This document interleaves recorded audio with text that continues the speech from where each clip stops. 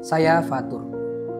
Berada di komunitas dan lingkaran dakwah membuat saya semakin ingin belajar, semakin ingin memahami lebih dalam tentang Islam. Dan satu hal yang selalu menarik perhatian saya, masjid. Masjid bukan sekadar tempat sujud, tapi juga tempat tumbuhnya peradaban. Dari sana banyak hal besar bermula. Dari mimbar-mimbarnya lahir para pemimpin. Dari lantai yang bersahaja berkumpul orang-orang yang haus ilmu. Dari ruang-ruangnya yang teduh, tersebar gagasan-gagasan yang mengubah zaman. Akhirnya, saya ingin membuat sebuah proyek, Hasanah Masjid Nusantara. Sebuah perjalanan untuk menelusuri jejak sejarah, arsitektur, dan peristiwa dari masjid-masjid bersejarah di Indonesia. Masjid yang telah berdiri puluhan bahkan ratusan tahun, yang menjadi saksi bisu pergolakan zaman. Saya yakin betul ada kisah di balik dindingnya, ada pelajaran di balik tiangnya. Tapi jujur, sampai hari ini saya ngerasa masih ada yang kurang. Seolah ada makna besar yang belum saya temukan. Ada benang merah yang masih tersamar. Saya sudah coba cari-cari ke perpustakaan, berselancar di dunia maya, bahkan menelusuri masjid-masjid itu sendiri. Tapi apa yang benar-benar ingin saya sampaikan? Apa yang membuat perjalanan ini tuh begitu penting? Bukan hanya untuk saya, tapi juga untuk kita semua. Rasanya sangat buntu dan sumpek. Hari ini aku mencoba mengunjungi dosen, guru saya, mentor saya, yang bahkan sudah layaknya kakak kami para mahasiswa, Dr. Revianto Budi Santosa. Banyak sekali wawasan beliau tentang catatan sejarah, arsitektur Islam, dan khususnya masjid. Juga tulisan-tulisan beliau yang insya Allah bisa menjadi panduanku dalam proyek ini. Pameran itu adalah berkomunikasi. Dan ketika kita memamerkan masjid, maka yang dikomunikasikan itu adalah hati yang mewujud menjadi bangunan. Hati yang mewujud menjadi jamaah. Hati yang senantiasa berzikir untuk meningkatkan ketakwaan. Sehingga la masjidu ussisa 'alat taqwa itu kan frase yang sangat jelas bahwa masjid yang didirikan atas dasar takwa. Tugas kita adalah untuk menggali informasi dan menyajikannya sehingga yang isi hati yang tadinya tidak kelihatan itu menjadi dapat dipahami dengan lebih baik, dikomunikasikan kepada halayak yang lebih luas, dan itu bahkan mungkin bukan cuma mengubah wawasan mereka, tapi juga wawasanmu sendiri akan berkembang seiring dengan penjelajahanmu ke tempat-tempat yang dimuliakan tersebut. Sehingga kau sudah mengawalinya dengan mengumpulkan informasi tentang masjid sebagai bangunan. Saya sangat mengapresiasi itu. Mari kita lanjutkan untuk menelaah lebih dalam lagi tentang masjid sebagai ungkapan ketakwaan sekaligus masjid sebagai ungkapan kejamaahan. Karena di dalam masjid kita bersama-sama untuk membina diri dan membina masyarakat. Wujud-wujud arsitektural seberapapun besar dan hebatnya itu adalah sarana untuk menggalang solidaritas umat dan mendekatkan diri kepada Yang Maha Mencintai. Selalu berada di satu tempat. Ketika kita meletakkan kesucian tadi dalam satu tempat, maka kita perlu memahami lingkungan sekitarnya, tempat macam apa atau itu. Sebagaimana Rasulullah sendiri ketika akan membangun Masjid Nabawi di Madinah, maka pertama-tama menentukan tempat itu, karena itu krusial untuk nanti masjid bisa berperan dengan baik di dalam masyarakatnya. Apakah ini masyarakat yang mungkin di situ, apakah banyak yang berpindah-pindah, apakah mereka bekerja di situ, ataukah bekerja di tempat lain, apakah mereka memerlukan aktivitas ini itu di dalam masjid, maka relasi antara masjid dengan lingkungan sekitarnya ini penting untuk dipahami. Kita juga perlu untuk memahami masjid sebagaimana dia berada di dalamnya. Gitu kan? Sebagaimana jamaah itu membentuk kehidupan dan kesucian di dalam masjid ini. Gitu. Apakah dia memerlukan ruang-ruang untuk belajar sebagai konsekuensi dari kehidupan masyarakat di situ, untuk mengaji, untuk bermusyawarah dan sebagainya, mana yang bisa layani di dalam ruang utama dan mana yang perlu untuk dikembangkan di ruang-ruang sekitarnya, dan bahkan mungkin dalam jangka panjang bagaimana untuk merancang masjid ini sebagai lembaga sekaligus masjid sebagai kompleks untuk memberikan layanan yang paripurna kepada masyarakat, sehingga masjid menjadi suatu yang dinamis, berkembang seiring dengan kebutuhan masyarakat sekaligus seiring dengan semangat-semangat untuk menghidupkan nilai-nilai keagamaan di dalamnya. Tapi apa ada masjid-masjid seperti itu di Indonesia ini, Pak? Kalau kita hanya melihat di foto saja, maka kita akan berhenti pada masjid sebagai tempat sholat, begitu. Tapi kalau kita mengunjungi masjid-masjid itu, maka kita bisa mengambil hikmah, mengambil pelajaran, bukan hanya dari bangunannya, tapi juga dari sejarahnya, bagaimana dia dari waktu ke waktu, khususnya masjid-masjid tua yang telah teruji oleh zaman, gitu kan.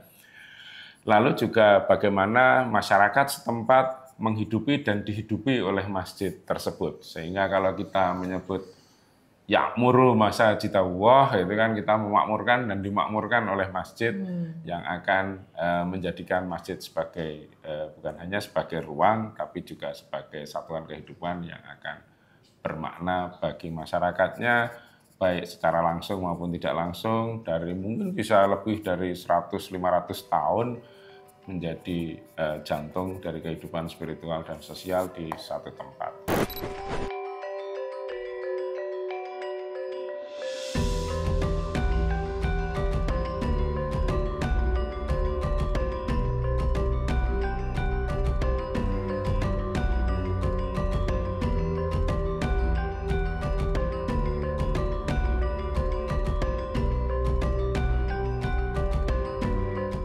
Selamat datang di catatan perjalanan kami, Khasanah Masjid Nusantara. Saya Fatur, sedang menelusuri jejak sejarah dan arsitektur masjid-masjid bersejarah di Nusantara. Kali ini, saya akan membawa Anda menjelajahi Masjid Gede Mataram, Kota Gede. Saya tidak sendiri, ada guru saya Dr. Revianto Budi Santosa yang akan ikut menemani dan menjelaskan kepada kita semua.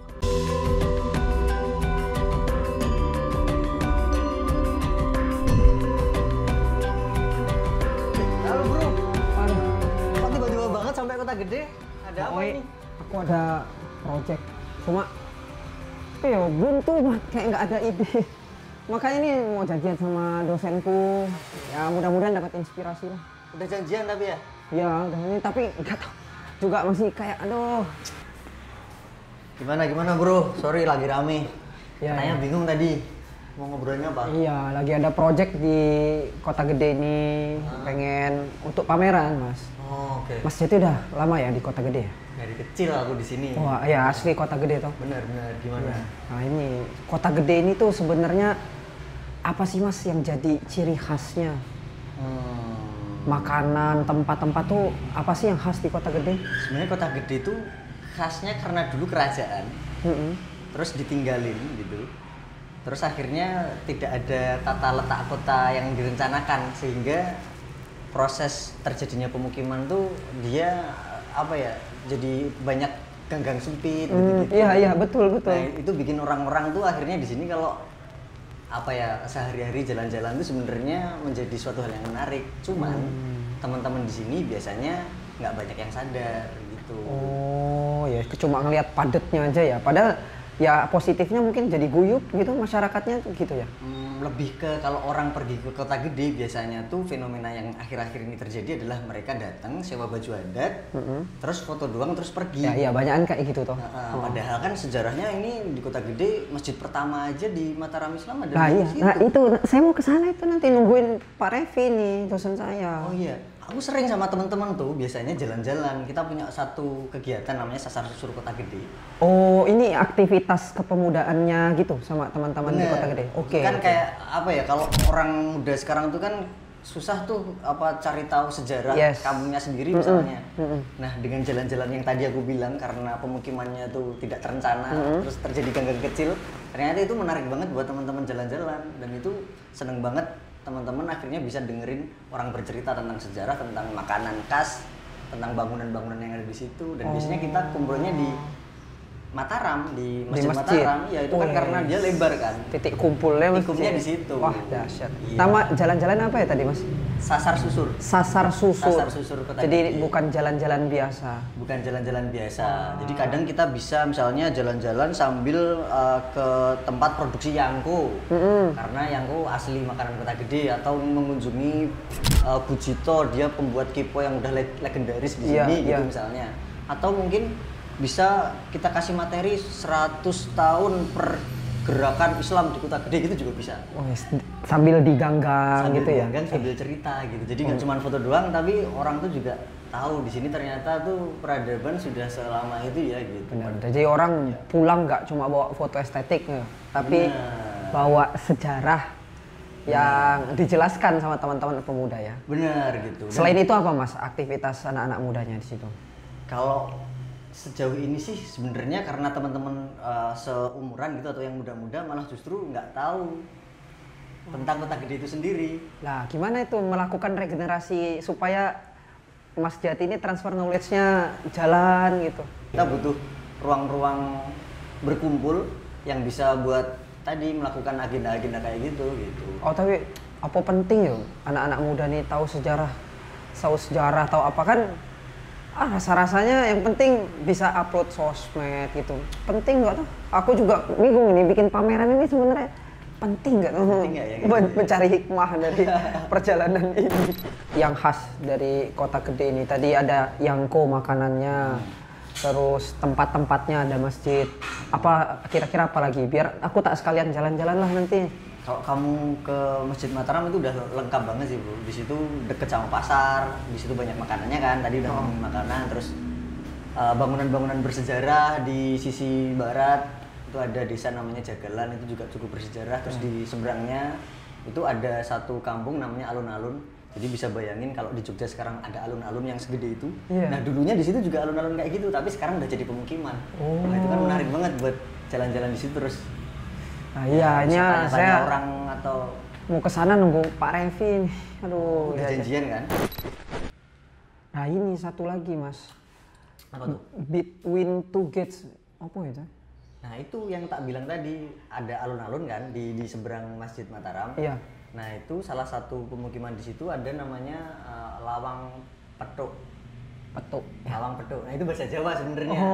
Bahasa Indonesianya itu lawang itu artinya pintu, petuk itu artinya bertemu. Jadi makanya between two gates itu ada dua pintu gitu. Gitu. Nah, itu di situ kompleks rumah-rumah asli Kota Gede itu masih cukup lengkap sih di situ. Itu nggak jauh dari Masjid Mataram. Oh iya. Jalan aja bisa kalau kamu parkir di Masjid itu berarti jadi kayak berada di tengah-tengah masyarakat gitu ya? Bener, dia di tengah pemukiman gitu. Ini apa aktivitasnya anak-anak muda untuk di masjid ataupun sekitar masjid itu ada enggak, Mas? Kalau di Masjid Mataram biasanya, kalau di tahun lalu kita membuat ada pasar-pasan. Itu selama Ramadan kita membuat semacam jualan UMKM sekitar.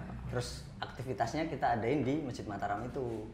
Atau kalau di luar Ramadan ada di warga setempat di Desa Jagalan itu namanya Pasar Lawas Mataram. Jadi dia jualan kuliner khas zaman dahulu gitu, terus dijual di itu pelataran Masjid Mataram itu, karena itu kan paling luas ya, karena di sekitar tuh udah sempit-sempit. Nah, di situ bisa buat itu jualan sama festival gitulah. Ada juga satu lagi Festival Budaya Kota Gede namanya. Nah, itu apa tuh, Mas? Itu saya juga sering dengar ya. Budaya Kota Gede itu setiap tahun kita ngadain, terus biasanya ngangkat budaya-budaya yang ada, misalnya ketoprak. Nah, itu ditaruh di depan Masjid Mataram, di parkirannya itu kan lumayan luas kan. Nah, itu diadain ketoprak. Terus nanti ada juga pawai budaya gitu, setiap kampung, setiap kelurahan ngeluarin kayak pasukan bergodo asli zaman dahulu itu gimana sih, jadi sih kurang lebih kayak gitu sih. Menarik sih, ini malah bikin saya makin tidak sabar ke masjid ya. Tapi masih belum datang, saya masih nunggu Pak Revi nih. Iyalah, apa ya, kita ngobrol-ngobrol ya, tunggu aja dulu bro. Tunggu sini ya. Dek. Waalaikumsalam. Waalaikumsalam. Sorry. Dah tak tunggu-tunggu Pak. Wah, ya Allah. Jadi nggak kita nih Pak ke masjid ini Pak? Nah, duduk dulu, mari kita atur perjalanan. Masjidnya masih kok, nggak kemana-mana, setia menunggumu. Waduh, sehingga nanti kita bisa lewatkan waktu dengan lebih siap. Alhamdulillah, saya senang, udah tenang banget saya ketemu Bapak ya. Alhamdulillah. Ini kesempatan terbaik untuk berjumpa di sini. Siap. Cepat kita ke sana Pak, ke masjid.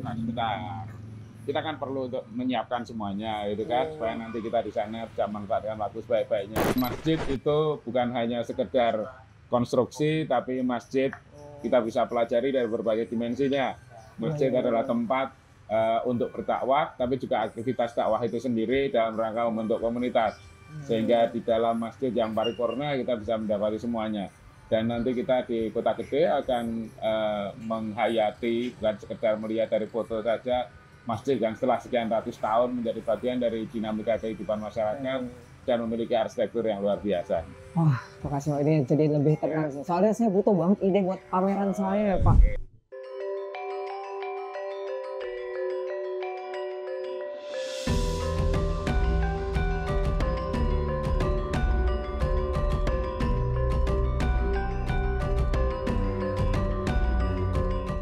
Jadi ini masjid pertama di Yogyakarta tuh ini? Ya, jadi ini Yogyakarta sebelum Yogyakarta, kurang lebih 150 tahun sebelum kota Yogyakarta berdiri.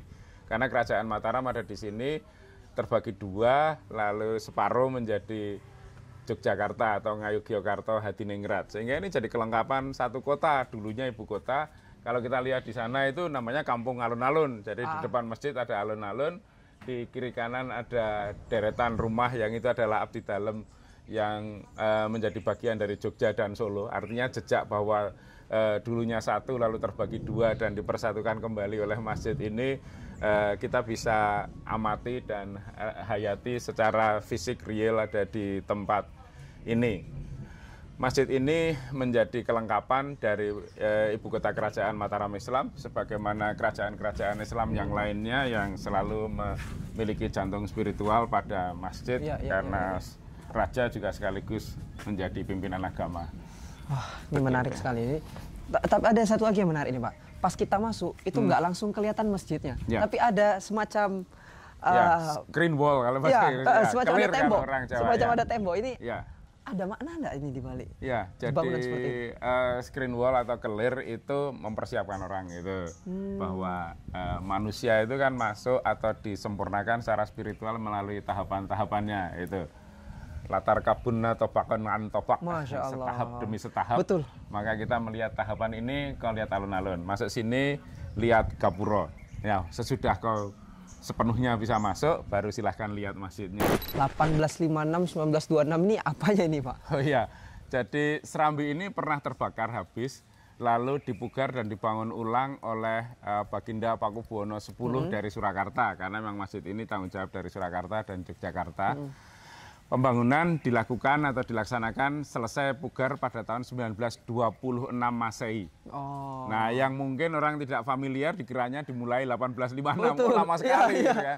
1856 itu adalah tahun Jawa. Ini juga menarik karena tahun Jawa itu dirumuskan oleh Sultan Agung sebagai bagian dari dakwah. Jadi dakwah itu kan harus bil hikmah wal mau'idhatil hasanah dengan cara yang sebaik-baiknya sesuai dengan umatmu. Orang Jawa itu dulu memakai perhitungan tahun Hindu yang solar lunar, mereka namanya tahun Saka, tarikh Saka. Sementara kalau tradisi Islam itu Ramadan, kalender kita adalah kalender Hijriyah bulan. Gitu kan? Sehingga pada tahun 1555 Saka itu Sultan Agung mengganti perhitungan tahunnya, basisnya menjadi tahun Hijri, tapi melestarikan angkanya. Sehingga familiar dengan masyarakat setempat yang sudah terbiasa dengan tarikh Saka, tapi sambil memperkenalkan daur Hijri sebagaimana tradisi keislaman tadi menyelenggarakan kegiatan-kegiatan keagamaan berbasis itu.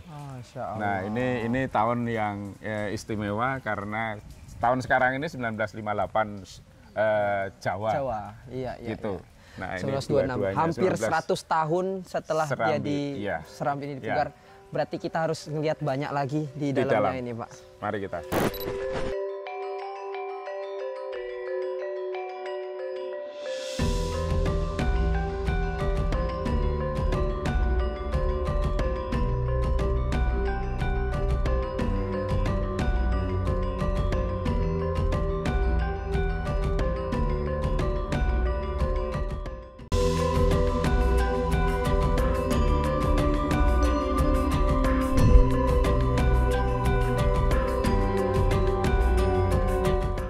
Masjid kan bukan hanya beton dan besi, tapi juga fungsi dan kontribusi. Betul. Lalu bagaimana sih sebenarnya fungsi dan kontribusi dari masjid ini, terutama untuk masyarakat sekitar? Oke. Alhamdulillah Mas Fatur, sebagaimana yang kita ketahuin, masjid ini punya story yang panjang seperti itu. Nah, di antara yang bisa kita telusur bahwa masjid ini ada konsep catur gatra tunggalnya. Catur gatra tunggal. Ya, jadi ada masjid, ya, ada kerajaan, lalu ada alun-alun, nah ada pasar. Nah, jadi fungsi Baitud Dakwah, peran-peran dakwah itu mengakomodir seluruh aktivitas kegiatan sosial. Bahkan sampai juga Baitul Muamalah, bagaimana pemberdayaan masyarakat secara umum itu juga hadir, ya. Di antaranya kita punya pasar lawas, mengembalikan tes masakan-masakan, makanan-makanan zaman old dulu, zaman dulu zaman itu lawas ini ya. Itu zaman lawas itu tuh di sini. Nah, itu semua melibatkan masyarakat jamaah dan sekitar seperti itu. Nah, itu terus olahraga Mas Fatur. Karena masjid ini diapit oleh kampung-kampung di sekitaran sini, jadi olahraga di sini, ya. Terus kerja bakti juga itu melibatkan, karena masjid ini milik, walaupun secara lokal itu jagalan dan ini, tapi ternyata masjid ini milik semua.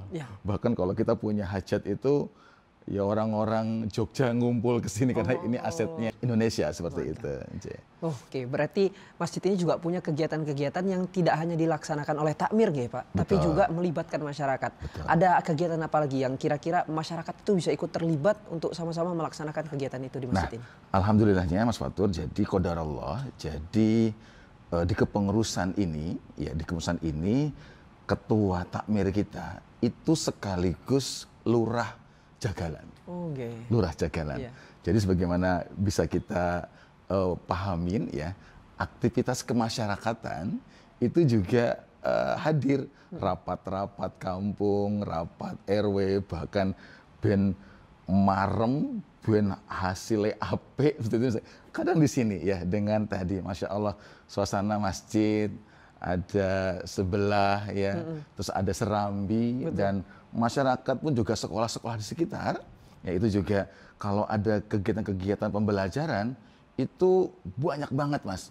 Masya Allah. Banyak sekali itu kesini, dan tadi, ya, mereka punya rasa kalau bikin sesuatu di sini itu marem ke hati seperti itu. Marem ke hati. Marem ke hati.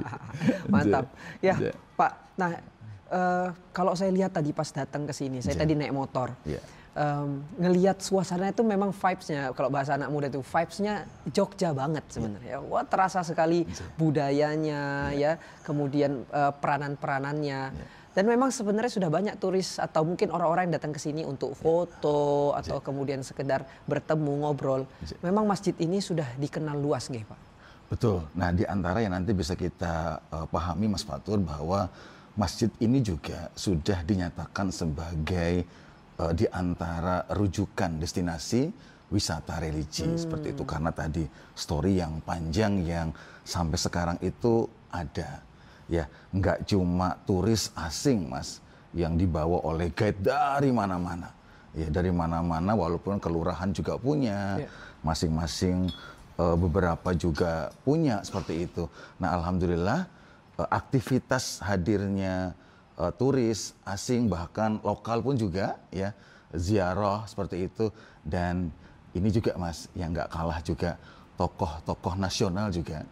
Kalau di hari-hari momen-momen penting, ya, di antaranya Ramadan, itu nanti kita bisa lihat itu beberapa di ujung, di pojok gitu tuh ada tokoh-tokoh nasional yang juga ngerasa, ya, kalau itikaf di sini itu dapat, ya, untuk tadi pernikahan, untuk arsip keluarga seperti itu, dan bahkan juga di Serambi kami, Mas Fatur juga sering sekali dipakai untuk akad pernikahan dan resepsi dan walimatul urus seperti itu.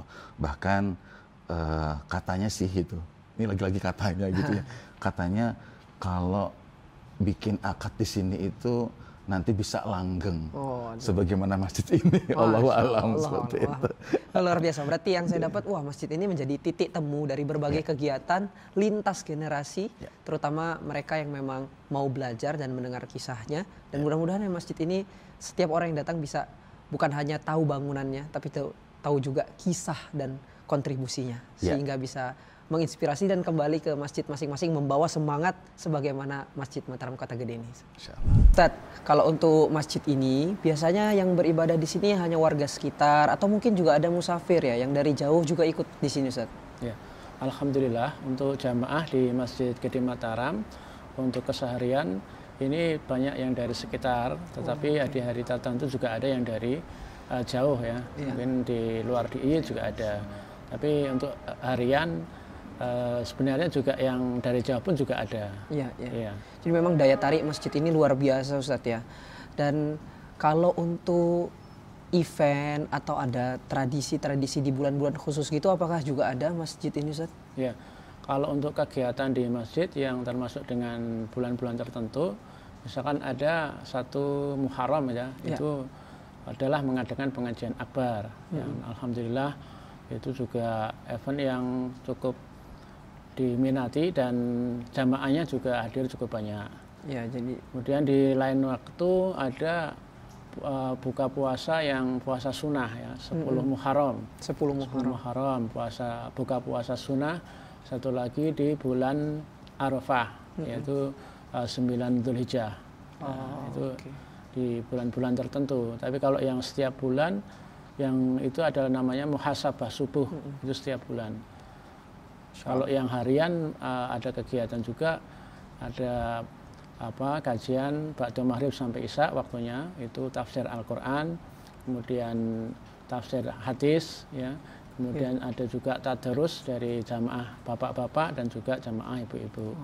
Ada juga yang cukup banyak juga jamaahnya yaitu Gema Al-Kahfi, itu setiap malam Jumat. Ya alhamdulillah banyak memberikan manfaat dan juga sebagai dakwah di Masjid Gede Mataram ini. Luar biasa. Ya tadi daya tariknya ternyata bukan hanya soal bangunannya, bukan hanya soal kebudayaannya, tapi juga tadi berarti ada agenda keilmuan yang memberikan sarapan atau asupan ruhani bagi masyarakat sekitar juga orang mungkin yang datang dari jauh. Oke. Nah kalau untuk bulan Ramadan ini bagaimana Pak? Apa event-event atau mungkin juga tradisi yang diselenggarakan di Masjid Mataram Kota Gede ini? Iya. Jadi untuk kegiatan Ramadan di awal-awal itu biasanya ada yang namanya nabuh beduk ya. Nabuh beduk di awalnya sebagai tanda masuknya bulan Ramadan ya, memasuki bulan Ramadan. Nah ini nabuhnya istimewa, jadi tidak hanya sebentar tapi ada jeda waktu yang agak lama. Bahkan mungkin sampai bisa setengah jam sampai lebih ya. Jadi karena, setengah jam itu betul. Karena memang ini menyambut gembira dengan hadirnya bulan Ramadan. Jadi bentuk kegembiraan. Iya, bentuk kegembiraan sehingga ceria yang nabuh pun juga sambil ini harus sambil ceria. Ceria juga. Bahkan sambil lompat-lompat itu juga ada. Gitu. Karena keceriaan itu ya. Jadi alhamdulillah itu dilaksanakan. Kemudian kalau yang lain ya sama kegiatannya ada buka puasa ya atau takjil ya, takjil sama ada tausiahnya, kemudian nanti di malam hari ada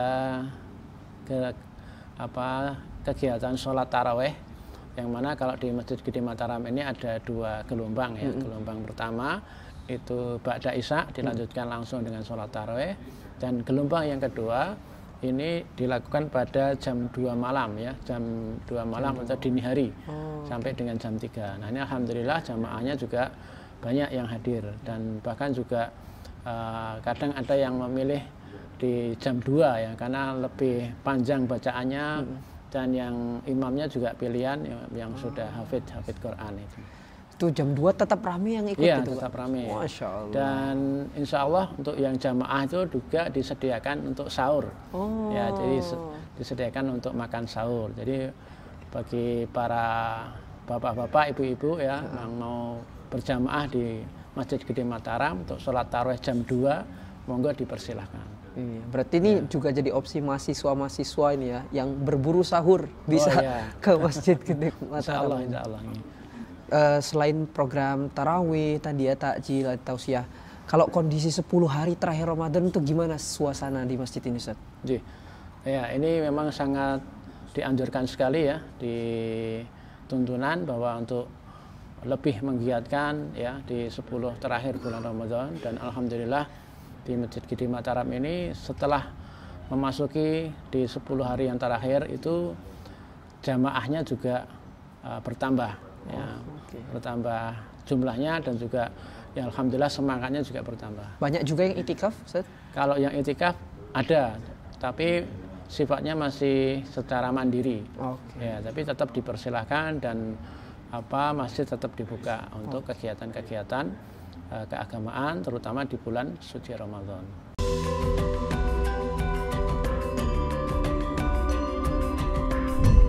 Jadi kalau kita ngelihat sekitar masjid ini Pak ya, sebenarnya apa sih yang bikin masjid ini tuh arsitekturnya unik, spesial, yang membuat orang harus datang ke sini? Ya, yang paling menarik dari Masjid Mataram di Kota Gede ini adalah dia generik sekaligus unik. Generik sekaligus unik? Ya, di satu sisi dia generik sebagaimana masjid-masjid di Jawa atau bahkan masjid di Nusantara pada umumnya berdenah persegi atau bujur sangkar dengan 4 tiang utama, atap piramida bersusun, itu kita bisa jumpai dari ujung ke ujung, dari Aceh sampai Maluku kita jumpa.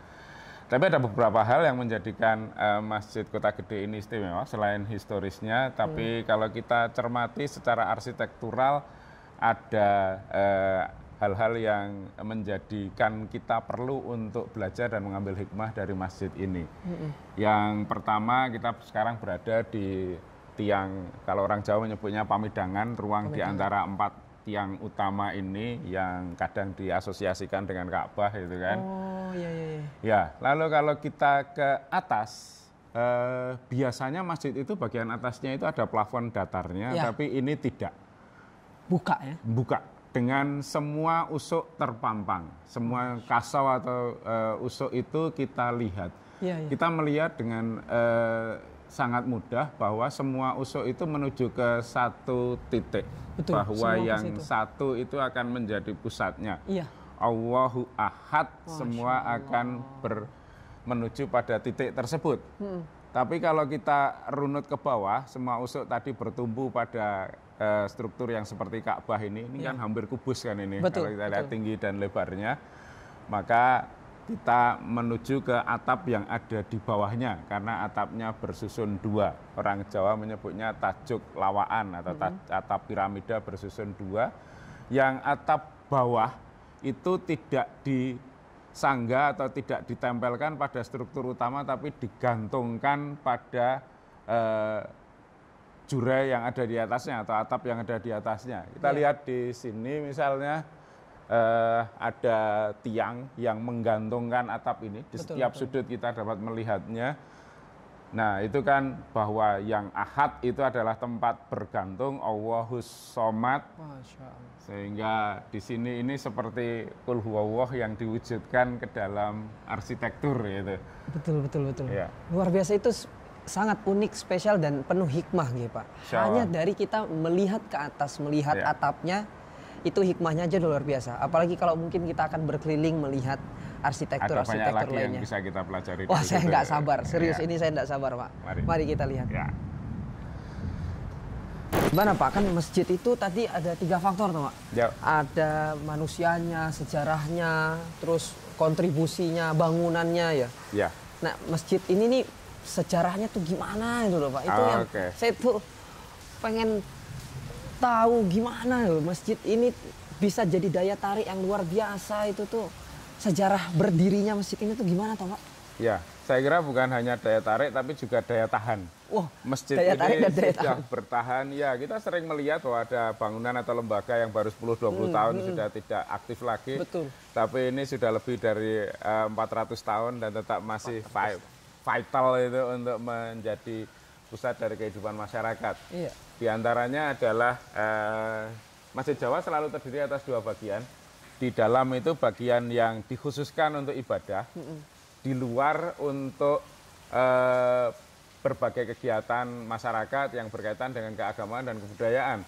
Sehingga selalu ada serambi, yang seringkali serambinya lebih besar ketimbang bagian ruang sholat utamanya. Dan kita melihat di sana itu menuju ke satu pusat, di sini terbuka, horizontal. Ya kalau dalam bahasa agama mungkin di sana namanya habluminallah, ini habluminanas gitu ya. Sehingga disinilah manusia bertemu dan berjumpa.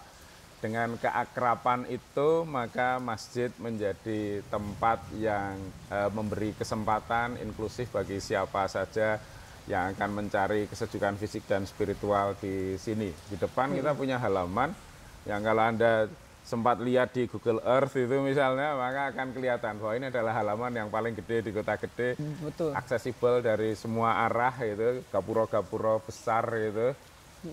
Nah, secara historis memang masjid ini bagian dari atribut kerajaan Mataram Islam yang sesudah Panembahan Senopati dan ayahnya mendirikan pusat pemerintahan baru sesudah membuka hutan Mentao, maka raja berkediaman di sebelah sana. Di depan ini kita punya alun-alun atau lapangan yang luas, sementara masjid ada di sini.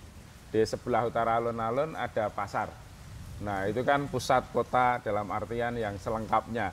Orang bisa berkumpul di alun-alun, beribadah di masjid, berniaga di pasar, dan pemerintahan akan diatur dari sisi selatannya, dari kerajaannya.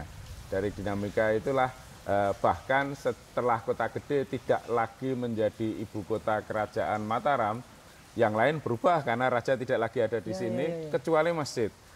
Karena masjid tetap dihidupi, tetap dilestarikan, dijadikan sebagai jantung spiritual itu. Mungkin Anda tadi melihat bahwa di sekitar sini ada banyak kapilernya, itu pembuluh-pembuluh kecil. Gang-gangnya kecil masuk sini luas. Semua masuk ke sini, jadi jantungnya berdenyut dari sini dan menggerakkan jiwa-jiwa yang ada di sekitarnya untuk bersama-sama ke sini.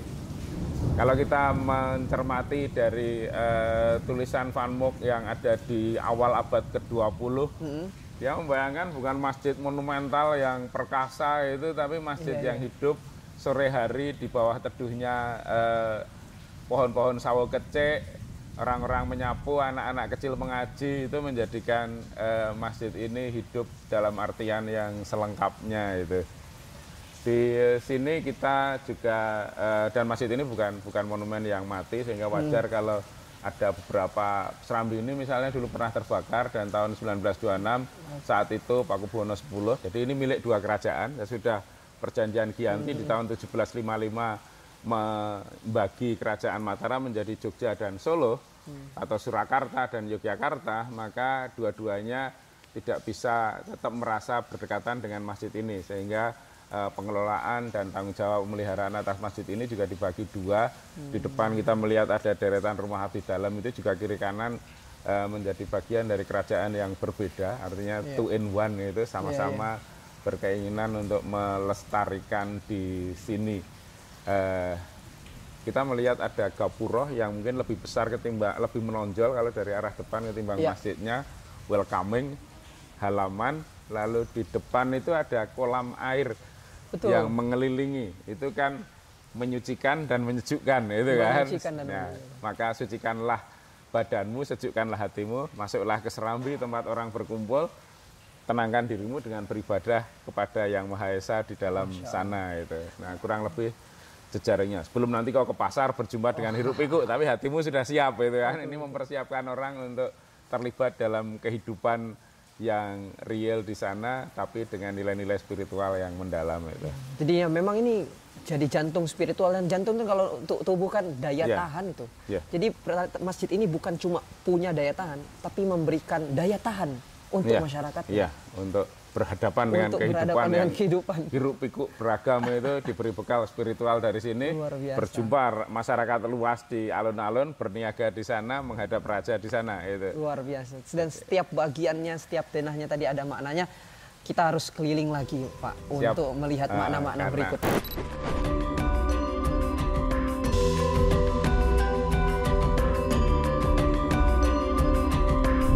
Ya, kasihkan. Ya. Ini yang saya ceritakan tadi, kolam, itu kan. Betul. Kolam ini mengelilingi 3 sisi serambi yang terbuka. Kalau kita baca kitab-kitab fikih klasik, itu selalu diawali dengan bab tentang toharoh. Betul. Karena bersuci itu menjadi syarat dari semua kebaikan yang lain. Nah, di sini kita juga melihat bahwa mensucikan fisik sekaligus menyucikan jiwa itu menjadi tujuan dari manusia berkumpul dan beribadah di sini. Kolam ini ada di ketiga sisi serambi, sehingga di sisi sana kita juga jumpai. Tapi sebelum masuk kolam, kita juga melihat ada gerbang atau gapuro. Apa yang membuat ini bisa berbeda? Ini sebelah sini, sebelah sana pun gapuranya berbeda. Oke. Gapura itu sebenarnya dari bahasa Sanskrit gopuram, tapi para Muslim Jawa memaknainya sebagai ghafuro. Ghafuro. Ampunan. Semua dosamu akan diampuni oleh Allah kalau engkau berniat baik datang ke masjid dan beribadah, menyucikan dirimu, sujud di dalamnya, sehingga ampunan itu yang dijanjikan, maka ampunan ini akan dipertontonkan di depan. Dan dari ini juga menarik karena halaman yang luas ini kita melihat dinding tembok keliling, tapi ada gapura yang menghadap ke arah yang berbeda-beda sebenarnya. Ke sana ke alun-alun, ke sana ke kampung, ke sana ke makam. Betul. Dengan arsitektur yang beda, tapi pesannya sama, bahwa kau akan diampuni.